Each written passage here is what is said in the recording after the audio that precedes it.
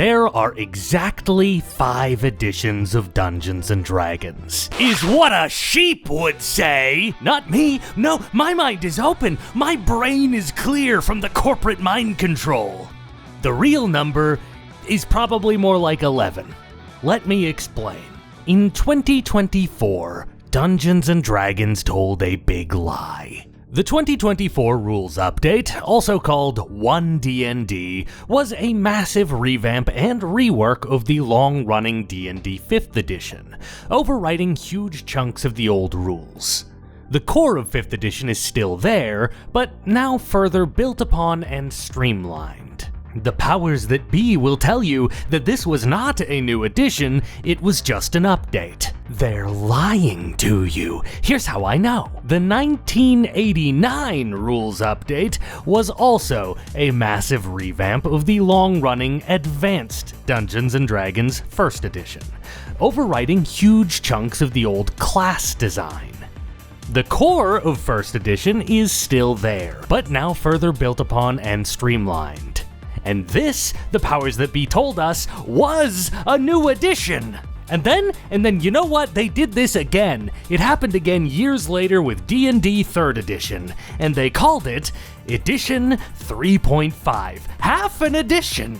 You see, what we call an edition of Dungeons & Dragons isn't really based on anything consistent. It's kinda just based on what the company says is an edition.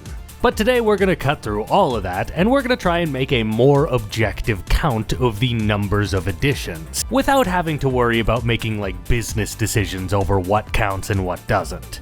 This is a messy subject, and it's also deeply complicated. For me, the number is 11, and you guys are welcome to disagree. But let me tell you how I got that number. 'Cause let me tell you, D&D has had a lot of versions over the years, each more different than the last. But no matter what version you play, one thing is always true. You're gonna need great fantasy assets to sell your players on the story you're telling. And because of that, I'm thrilled to introduce you to my sponsor today, Chepeku. If you're a longtime viewer, you've heard of these guys before. A team of artists who create brilliant assets for your tabletop games. You've probably also noticed that they do a lot of the heavy lifting on keeping the lights on for this channel. They're great. But now, for the very first time, you can get all of their different fantasy role-playing game services bundled together in one package. Let me walk you through what's included. First, you got your maps. These are a cut above what you're gonna find elsewhere. Each map comes with multiple variations to choose from so that they're relevant for whatever needs you have. Signing up gets you access to every map they've ever put out up until this point. This bundle also gets you Chepeku scenes, and these are my favorite part of the entire bundle. If you've ever played on a virtual tabletop, you know that your players will spend a lot of the time when they're supposed to be role-playing, instead drawing graffiti on your splash screen. Chepeku Scenes, on the other hand, lets you swap between backdrops to keep your players immersed in the moment. Lastly, Chepeku Tokens. At this point, your game looks great with all those other Chepeku services. Why shouldn't your characters and your monsters look just as good? Chepeku is dropping tokens in the same vein as all of those other services at an alarming rate. And these, of course, have variations too.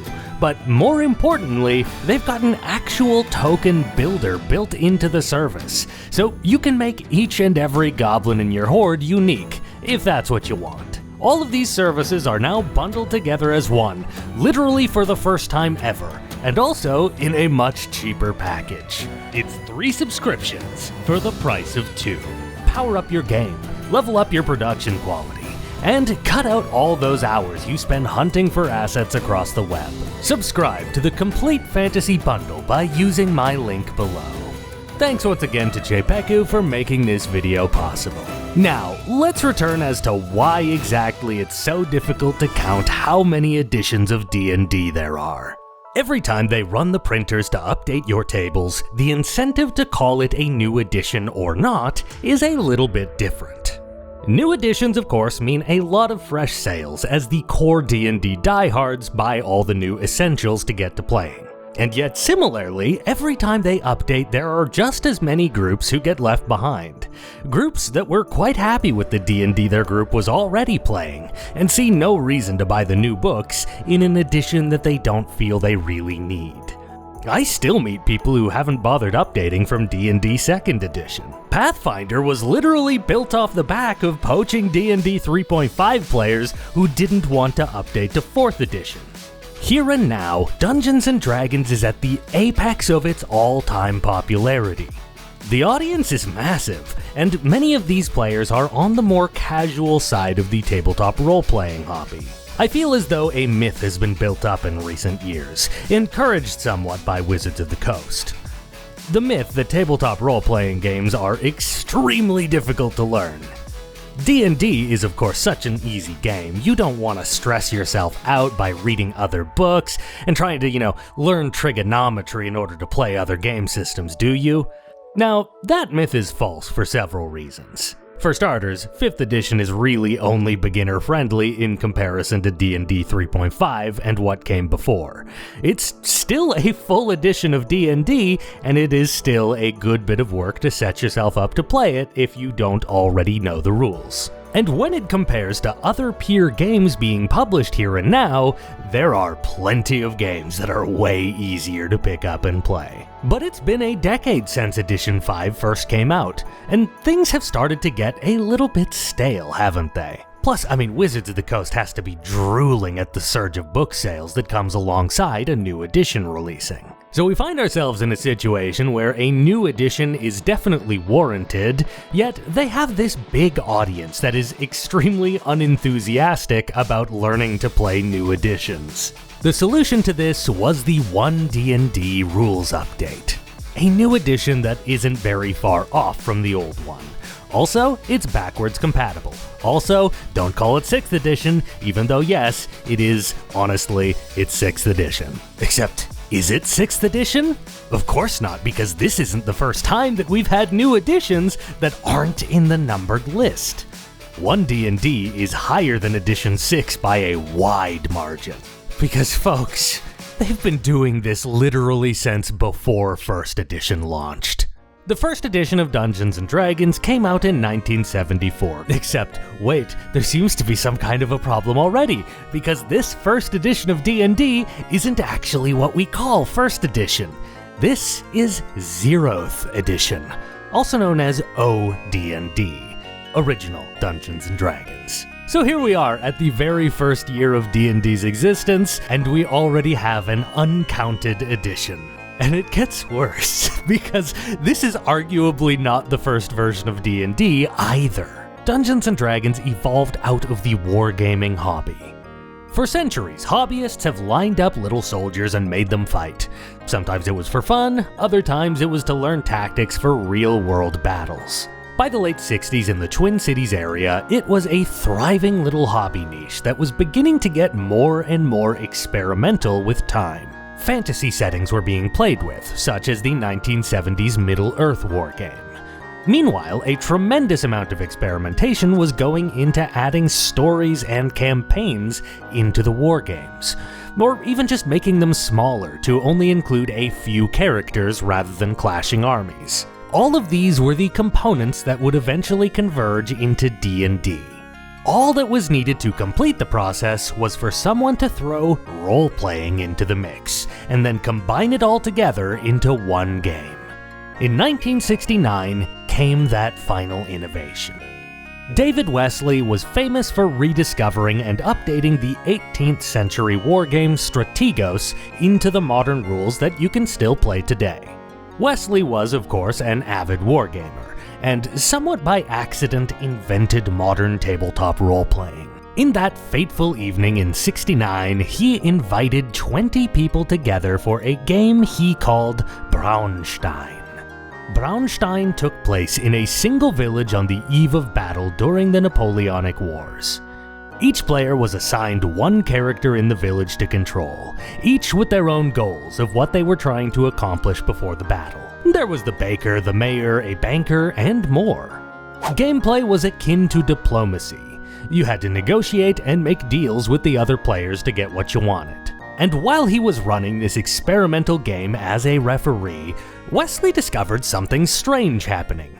His players all began to speak in character and create stories and narrative from all of this.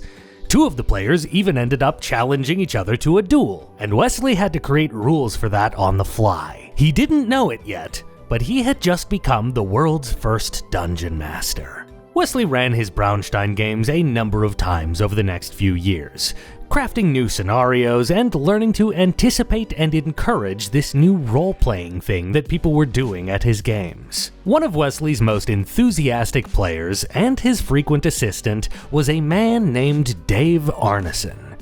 Wesley would eventually be forced to stop running these games when he joined the reserves. Thus, Arneson became the one who would run Brownstein from now on. But Arneson had a different vision for the future of what had just been pioneered here. Arneson set to work creating a new game that he would come to call Blackmoor. In a local zine, Arneson advertised his creation. There will be a medieval Brownstein, April 17, 1971, at the home of Dave Arneson, from 1300 hours to 2400 hours, with refreshments being available on the usual basis. It will feature mythical creatures and a poker game under the Troll's Bridge between sunup and sundown.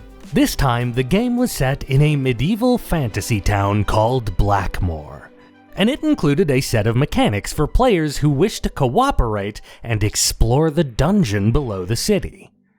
Arneson would run a number of Blackmoor games, and they soon proved to be a smash hit in the local area. In 1972, Arneson would show this game to a man named Gary Gygax, who had previously written a war game called Chainmail that included a fantasy battle rule set. Gygax and Arneson got to work merging Blackmoor's storytelling and Chainmail's fantasy combat into one game. The pair of them were unable to find a publisher for this new game, and so Gary Gygax created Tactical Studies Rules, TSR, in order to publish the game. A game that they would release in 1974, titled Dungeons & Dragons, OD&D, Original D&D. This is the edition we mentioned earlier. And yet, I think you could make a pretty strong case that the original D&D isn't the original D&D. Blackmoor is. I mean, yeah, there's a lot of rule changes to be sure, and it's got a different name, so does this really count as an edition of Dungeons & Dragons? Personally, I say yes. I mean, OD&D is basically just Blackmoor 2nd edition. Plus, in 1975, they began releasing Blackmoor as an official D&D setting. Blackmoor is D&D, it just also predates D&D. I certainly wouldn't call Brownstein D&D though, I just don't think it has the same overlap. The year is now 1974, and there have already been 2 editions of D&D, and we have still not hit D&D 1st edition. This OD&D rule set did do well in the local area, and there was clearly a lot of room to expand. And yet, the 1974 rules were never going to get the game very far. It wasn't a very professional rule set by any means, and it was untenable to sell a role-playing game where the combat section just said, yeah, go buy Chainmail and use those rules for the combat. Also, you separately had to buy a game called Outdoor Survival to handle overland travel and camping, and that game wasn't even owned by TSR in any way. The whole thing was a mess. Only the most devoted of hobbyists could even access this game. 1977 is when a new set was created, streamlining the rules considerably and no longer requiring anything outside of the set in order to get started. This was the first D&D basic set, and it included rules for leveling up all the way from levels 1 to 3. It was specifically meant for casual players who were absolutely not going to be purchasing Gygax's wargame just to try out this cool new RPG thing. This first basic set was kind of half an edition, and it still isn't what we would call first edition. That same year, Arneson and Gygax began falling out with each other, and Arneson left the company. Gygax is the guy who usually gets the credit for being D&D's #1 creator, but I think that's largely because he was the undisputed leader of TSR post-launch. in terms of actually inventing the game, I think Arneson should get more of the credit than Gygax. And when Arneson left, Gygax realized that he was going to be forced to pay Arneson massive royalties on this project, just as it was starting to get rolling. But Gygax came up with a scheme to cut Arneson out from any future royalties. A new edition written by TSR that was substantively different from what was done with Arneson in the past few years. Not Dungeons & Dragons anymore, but something to surpass it. Advanced Dungeons & Dragons. This is D&D's actual first edition. The one that left the small Twin Cities hobby space and began sweeping the globe. Just to close up this little story thread, by the way, Gygax's attempt to cut out Arneson failed. A number of lawsuits later, and Arneson got his royalties. Advanced royalties, you might say. With both Advanced D&D and the D&D Basic set coming out in the same year, TSR moved forward with this being the new strategy.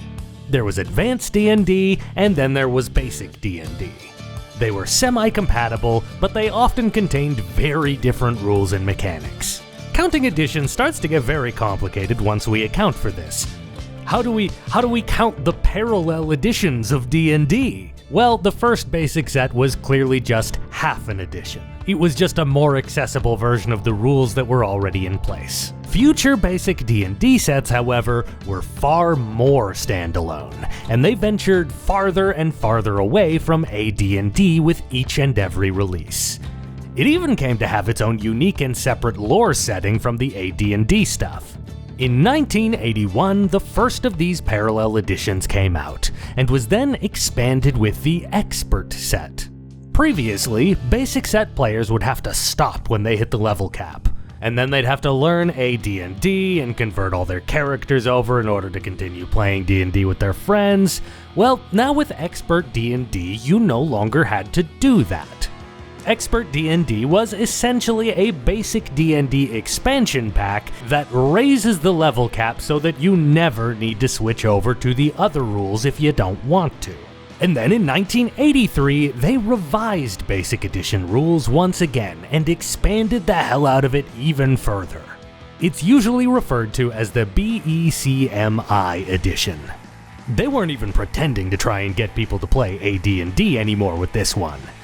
Over the course of 5 box sets, the Basic set, the Expert set, the Companion set, the Master set, and the Immortal set, basic D&D players were able to run games all the way up to level 36. I mean, who needs AD&D anyway? Finally, in 1991 came the last great hurrah of the Basic set, the Rules Cyclopedia. In effect, this wasn't really a new edition of the Basic set, but was instead all of the BECMI rules repackaged into one book with a few rewrites here and there. We already counted that very first boxed set in our counter, which was half an edition. The following 2 basic sets, though, I really don't see any argument as to why they don't count as full editions of D&D. Moving our number up to a lovely 5.5. The Cyclopedia, however, is clearly not a true D&D edition, not even half of one. TSR and D&D's history rolled on. Gygax led the company to the heights of popularity, then mismanaged it, and it sank into the swamp. His successor, Lorraine Williams, brought the company back from the brink and led the company to even greater popularity, then mismanaged it, and it sank into the swamp. Oh, but that third D&D. Okay, Gygax and Williams did mismanage it in very different ways, though. Gygax was just about the worst businessman you've ever seen, bankrupting the company with frivolous side projects, suing everyone he could think of, and overprinting in hopes that he could sell an improbable number of copies. Hey, Editing William here. I've realized that I've maybe been a little over harsh on Gary Gygax this video. Wasn't really the intention, this wasn't meant to be a takedown. To be clear, Gygax was a pretty terrible businessman, and in the grand scheme of D&D, nothing to write home about in terms of how skilled he was as a game designer. He nonetheless did have some real strengths that were incredibly important to the success of D&D. He was absolutely one of the best community organizers the hobby has ever seen. Pretty much nobody before or since has been able to bring a bunch of nerds together the same way and turn them into a community. Lorraine, on the other hand, was very much a suit. She was the heiress of the Buck Rogers fortune and wished to make a second fortune on another geek property when she purchased TSR. Under Lorraine, D&D began cleaning up their image. It was partially a greater degree of professionalism by new leadership, but it was also a response to the Great Satanic Panic that ravaged the 1980s. This culminated into Advanced D&D 2nd Edition in 1989. This is what is officially called D&D 2nd Edition, despite yes being number 6.5. It's an official edition, so I'm not gonna contradict that, but there is actually kind of good reason to. If it wasn't for the fact that grognards would kill my entire family, I'd be tempted to say that 1st and 2nd edition are just the same edition, or that 2nd edition is just half of an edition. The rules aren't especially updated, just tweaked a bit. The biggest changes come in the class rework, and also in the fact that AD&D finally got a very long overdue appointment with an editor. Fearing the satanic allegations, this is the point where D&D took its first step away from the original more ethically ambiguous tone and towards the heroic fantasy that we know D&D for today. It was more a new edition in terms of themes, stories, and class design, not so much a new edition of mechanics. Frankly, if AD&D 2nd Edition is a new edition, then D&D 2024 really ought to be by the same standards. Lorraine was a shrewder business person than Gygax ever was. And AD&D 2nd Edition was when a ton of really cool and experimental spin-off content came out. And it was only possible because of more stable leadership. Dragonlance, Dark Sun, all of those classic D&D video games that we cover on this channel, all of it came out during Lorraine's leadership. Though there were certainly major and quite valid complaints that the game had lost some of its soul under this new corporate leadership. Ironically, despite her reign being more stable and more careful, she ended up ousted from the company for a very similar reason to Gygax, when a number of her spin-off projects and trading cards failed to be profitable, and the company was left all at once without funds to continue. Unable to find a way out of the situation, she sold it off to Wizards of the Coast, who owns it to this very day. With the passing of the torch from the TSR era came a new edition in 2000. No one saw the need for a split between basic and advanced D&D any longer. The legacy of AD&D was continued into 3rd edition, but massively decluttered and streamlined to make it as palatable as basic D&D used to be. Let's be clear, D&D 3rd edition inherits the legacy of AD&D, not basic D&D, but it would be a lie to say it doesn't take some lessons. This new system that they came up with was largely the core of how most modern D20-based systems work. 3rd edition is immediately recognizable to a 5th edition player, in ways that AD&D is not. The result wasn't an immediate hit, actually. 3rd edition was quite flawed right out of the gate. D&D 3.5 came out in 2003 and majorly fixed what was wrong, leading to a big explosion in new players. Myself included, actually, though many AD&D players never made the jump to the new edition. In this case, I'm actually in full agreement with Wizards of the Coast that there is a half edition going on here. The differences between 3 and 3.5 are substantial, but it was released as kind of a, oh shit, we fucked up 3rd edition, here's the real 3rd edition, sorry guys. So I'm actually not saying 3.5 is half an edition, I'm saying 3rd edition is half an edition. And thankfully with this half edition, our count is finally at even numbers again. 8 total editions. Wizards of the Coast had created the basis of modern role-playing, and made a game that was much easier to understand than the old. Yet this new incarnation of D&D still had a lot of room to simplify. D&D marketing is a bit strange. They started to realize that every time you make a new edition, a ton of your fan base just stays behind with the old stuff and they'll never buy your products again. You end up kind of having to find a new other half of your audience. Thus, after 3.5 had its time in the sun, Wizards of the Coast was drooling to create a super beginner-friendly system to net an even bigger audience than the current edition had garnered. In 2008, they released D&D 4th Edition. It was an edition that tried to make D&D conform to the way that video games played. Less effort was put into the role-playing in favor of very defined systems and abilities. If you aren't personally familiar with the difference, in most D&D editions you attack somebody with your weapon, you apply whatever modifiers, and that's that. Maybe the DM will also add some flavor to your hit. In 4th edition, however, you use Tensor's Marvelous Cleave, which does weapon damage to 3 targets, and that ability now goes on cooldown until the next combat. It was very different, and most people didn't like it. I think in retrospect it got hated on a little bit too hard, as there certainly are some uses for it and groups who it's right for, but in the end it was still the wrong edition at the wrong time. And yes, that makes it edition number 9 if you're still counting. But all of this gets further complicated by a game called Pathfinder. Paizo was a small company in D&D's orbit that wrote small contract gigs for Wizards of the Coast, as well as publishing D&D materials based on the open game license. When the shift to 4th edition happened, Paizo noticed that the OGL for the new content was being restricted compared to the old deal. Not one to take this lying down, Paizo got to work on creating a more authentic successor to D&D 3.5. An updated and perfected 3.5 with all of the sharp edges filed off, without abandoning the design principles the way that 4th edition did. The result was a game called Pathfinder. Pathfinder was, in the hearts of many fans, the real D&D 4th edition. It's a popular myth that Pathfinder outsold the 4th edition of D&D. It didn't, but it did take a huge chunk out of D&D sales, and created a fierce competitor that hounds them to this very day. Pathfinder is not gonna get counted on this list as an edition of D&D, but it is a part of this story nonetheless if we're talking about D&D editions that aren't included in the sequential number count. After the immense failure of D&D 4th edition, Wizards of the Coast very quickly got to work on 5th edition to bail themselves out of the mess. In time, it was released.